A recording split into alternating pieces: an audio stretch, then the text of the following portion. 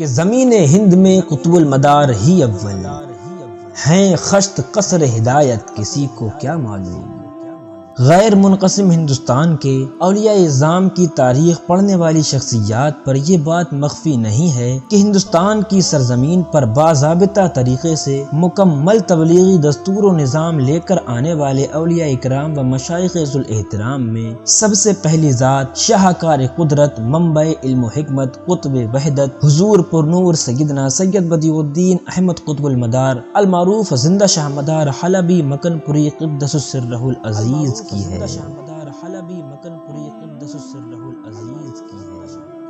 اسی اولیت کی بنیاد پر اصحاب تحقیق و نظر آپ کو ہندوستان کا اول پیران پیر بھی کہتے ہیں۔ ہمارے اس دعوے کے بہت سارے دلائل موجود ہیں، مگر اس وقت ہم تاریخ سلاطین شرقیہ و صوفیہ جون پور کی ایک عبارت پڑھنے کے بعد اپنی گفتگو کو آگے بڑھائیں گے۔ اقبال جون پوری لکھتے ہیں کہ حضور سیدنا سید بدیع الدین احمد قطب المدار قدس سرہ اس وقت ہندوستان میں تشریف لائے جب یہاں مسلمانوں کا نام و نشان نہیں تھا، اور محمد بن قاسم علوی کی قائم کردہ حکومت زوال پذیر ہو چکی تھی۔ سامعین، تاریخ سلاطین شرقیہ کی مذکورہ عبارت سے ہندوستان میں آپ کی آمد کی اولیت کا مسئلہ بالکل صاف ہو گیا۔ لہٰذا جب یہ مسلم ہو چکا کہ سیدنا سید بدیع الدین احمد قطب المدار قدس سرہ ہندوستان کے اول مبلغ شریعت و طریقت ہیں، تو یہ بھی تسلیم کرنا پڑے گا کہ ہندوستان میں مروج تمام سلاسل طریقت میں سلسلہ مداریہ ہی اولین اور قدیم سلسلہ ہے۔ اس کا اندازہ بھی اس طرح لگایا جا سکتا ہے کہ ہندوستان میں مشہور سلاسل سلسلہ چشتیہ، قادریہ، نقشبندیہ، رفاعیہ، سہروردیہ وغیرہ ہیں، اور ان میں اول ذکر سلسلہ چشتیہ ہندوستان میں عطائے رسول سیدنا خواجہ معین الدین اجمیری حسن سنجری قدس سرہ سے مشہور ہوا۔ اب دیکھا یہ جائے کہ سیدنا غریب نواز قدس سرہ کی ولادت بسعادت کب ہوئی، تو اس سلسلے میں اکثر اصحاب السیر تاریخ نے آپ کی ولادت 537 یا 535 ہجری تحریر کیا ہے۔ اسی طرح سلسلہ قادریہ کے بانی محبوب سبحانی شہباز لامکانی حضور سیدنا سید سرکار ابو محمد محی الدین، جبکہ حضور سید الاقدس مرجع الاقداس امام الافراد حضور پرنور سیدنا سید بدیع الدین احمد زندہ شاہ مدار حلبی ثم مکن پوری رضی اللہ عنہ کی ولادت بسعادت 242 ہجری میں ہوئی، اور پہلی بار مدار پاک کا ورود مسعود بحکم نبی مکرم صلی اللہ علیہ وسلم 282 ہجری میں ہندوستان ہوا۔ چنانچہ یہ کہنے میں ہم بالکل حق بجانب ہیں کہ ہندوستان میں سلاسل طریقت کے قصر عظیم کی خشت اول کی حیثیت سلسلہ مداریہ کو ہی حاصل ہے۔ اسی مفہوم کو علامہ شمیم القادری نے اس طرح ادا کیا کہ زمین ہند میں قطب المدار ہی اول ہیں، خشت قصر ہدایت کسی کو کیا معلوم۔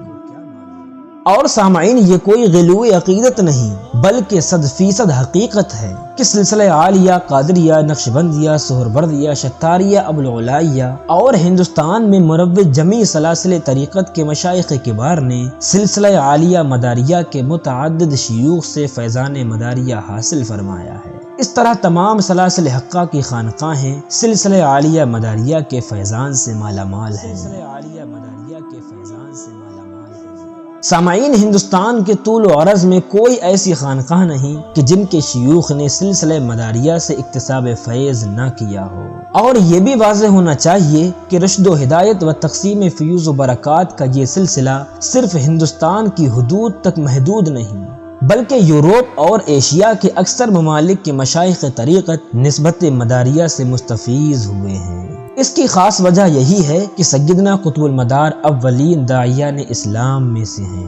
اور 596 سال کی طویل عمر میں آپ نے پوری دنیا کا متعدد بار سفر فرمایا۔ آپ کے ان اسفار سے جہاں ایک طرف دین و مذہب کی زبردست اشاعت ہوئی، وہیں دوسری طرف آپ کے سلسلہ پاک کو بھی خوب تشہیر و توسیع حاصل ہوئی۔ تاریخ سلاطین شرقیہ کے مصنف نے لکھا ہے کہ کسی بھی گوشے ملک میں چلے جائیں، کسی نہ کسی خلیفہ قطب المدار کا آستانہ ضرور ملے گا۔ اسی طرح طبقات شاہ جہانی میں لکھا ہے کہ حضرت سید بدیع الدین شاہ مدار قدس سرہ نے پوری دنیا کا سفر فرمایا تھا۔ اور کتاب بانیان سلاسل میں لکھا ہے کہ حضور قطب المدار قدس سرہ کا دائرہ تبلیغ و ارشاد کا کافی وسیع ہے اور درازی عمر کے سبب زیادہ سے زیادہ لوگوں کو آپ سے فیضیاب ہونے کا موقع میسر آیا۔ ایک مجلس میں ہزار لوگ داخل اسلام ہو کر آپ کے مرید ہوتے تھے، اس لیے مدار پاک کے مریدین و خلفاء کی تعداد کا شمار ہی ممکن نہیں۔ اس مقدس سلسلے کی خدمات دینیہ کا اگر تحقیقی جائزہ لیا جائے تو بڑے نمایاں طور پر اس سلسلے مبارکہ کی خدمات سامنے آتی ہیں۔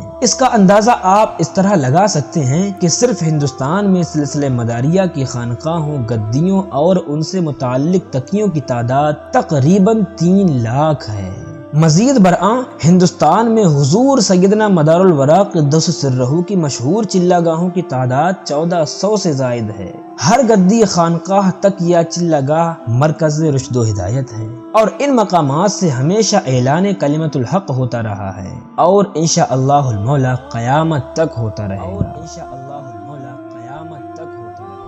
سامعین، پورے ہندوستان یا بالخصوص اتر پردیش، گجرات، راجستھان، بہار، بنگال، مہاراشٹرا، مدھیہ پردیش کی 80% آبادیوں میں آج بھی ملنگ بابا کی ڈیری، ملنگ بابا کی گدی موجود ہے۔ یوپی میں تو شاید ہی کوئی ایسا گاؤں یا شہر یا قصبہ باقی ہو جہاں ملنگ بابا کی ڈیری نہ ہو۔ اب یہاں پہنچ کر یہ بات بھی بڑے ادب و احترام اور پوری ذمہ داری کے ساتھ آپ کے حضور عرض ہے کہ ملنگ صرف اور صرف سلسلہ عالیہ مداریہ میں ہی ہوتے ہیں۔ یہاں تک کہ فیروز اللغات وغیرہ میں ملنگ کا معنی سلسلہ مداریہ کا مرید لکھا ہوا ہے۔ جملہ ارباب تحقیق کے لیے لمحہ فکر یہ ہے کہ جس مقدس سلسلے کی خدمات حد و شمار سے باہر ہیں، جس کی تبلیغ کا دائرہ بڑے بڑے شہروں سے لے کر قصبات و دیہات تک محیط ہے، جس سلسلے کے ملنگ ہر شاہ راہ پر فیض محمدی لٹا رہے ہیں، جس سلسلے کی خانقاہیں، گدیاں اور تکیے لاکھوں کی تعداد میں ہیں، جو سلسلہ تمام سلاسل حقہ سے پہلے ہندوستان آیا، جس سلسلے کے فیضان سے تمام سلاسل فیضیاب ہیں اور جس سلسلے کے بانی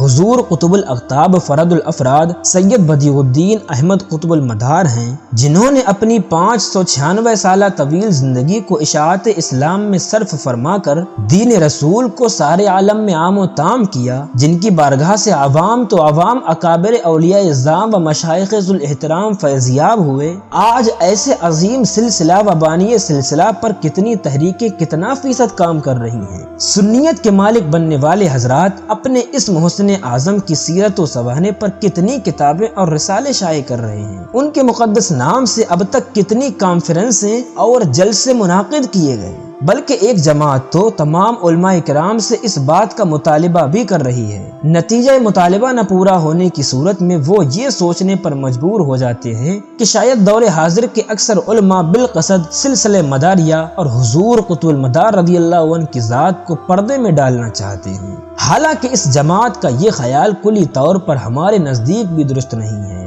مگر جزئی طور سے ہمیں بھی انکار کرنے کی جرت نہیں۔ اکثر کے بجائے ہم کچھ تک ہی معاملہ محدود سمجھتے ہیں، جبکہ اکثر اس قسم کی باتوں سے یہ سوچ کر لازم یہ سمجھتے ہیں کہ انہیں صرف اپنی روزی روٹی سے واسطہ ہے، انہیں معذور طبعی کے خانے میں ڈالنا مناسب ہے، کیونکہ وہ اس قسم کی باتوں پر غور و فکر کرنے کو مفید و مضر کچھ نہیں سمجھتے، مگر 10% علماء وقت جو ہمارے نزدیک بھی قابل مواخذہ ہیں۔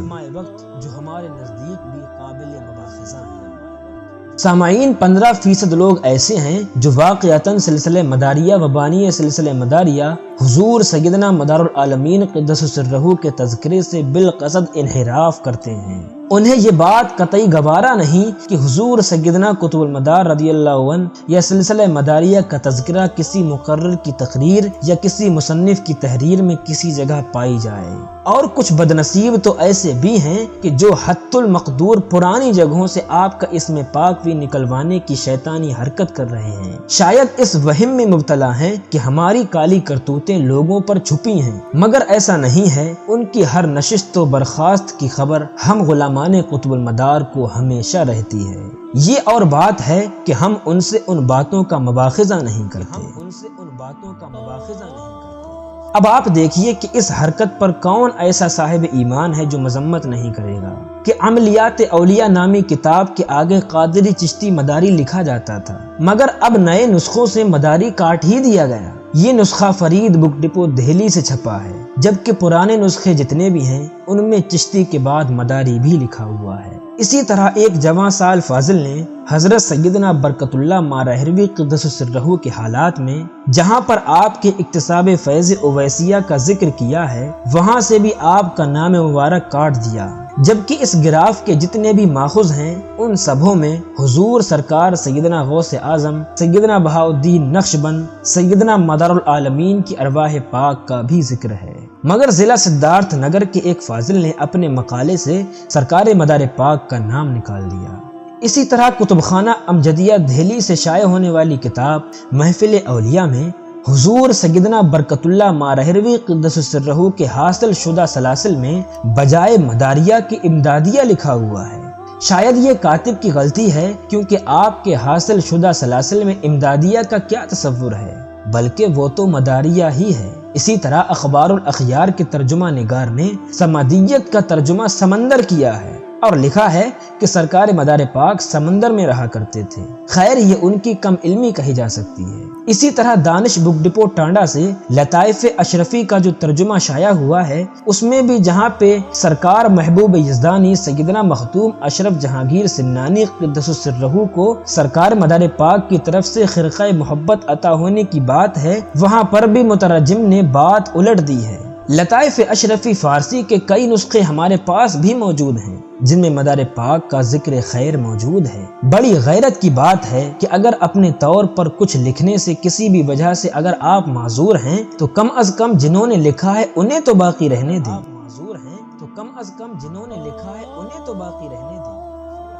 آپ یقین مانیں آپ کی اس حرکات کا جو پیغام مصنف مزاج علمی طبقہ میں جا رہا ہے وہ مداریت کے لیے کافی سود مند ہے، مگر ہم یہ بھی تو نہیں چاہتے کہ آپ سے غیروں جیسی حرکات صادر ہوں۔ اور پھر دوسری بات یہ کہ اگر آپ بھی سنی صحیح العقیدہ مسلمان ہیں تو پھر کیا کہنا، اولیاء اعظام کی عقیدت تو پھر آپ کی نس نس میں ہونا چاہیے۔ آپ کو یہ زیب نہیں ہے کہ آپ ایسی بری حرکات کا ارتکاب کر کے اپنی سنیت کو نیست و نابود کر دیں۔ ہمیں حیرت ہوئی کہ جب ہم نے اپنے علاقے کے ایک ذمہ دار دارالعلوم کے سربراہ اعلیٰ سے کہا کہ آپ اپنے ادارے سے شائع ہونے والی جنتری میں سرکار مدار پاک کے عرس کی تاریخ بھی لکھوائیں، انہوں نے تو قبول کر لیا اور ان کے حکم کے بموجب ان کے کارندے نے 17 جمادی الاول والے خانے میں آپ کا یعنی مدار پاک کا نام لکھ دیا، جسے ہم نے بھی دیکھا۔ مگر جب 2007 عیسوی کی جنتری چھپ کر آئی تو سرکار مدار پاک کا نام ہم کو اس جنتری میں نہیں ملا۔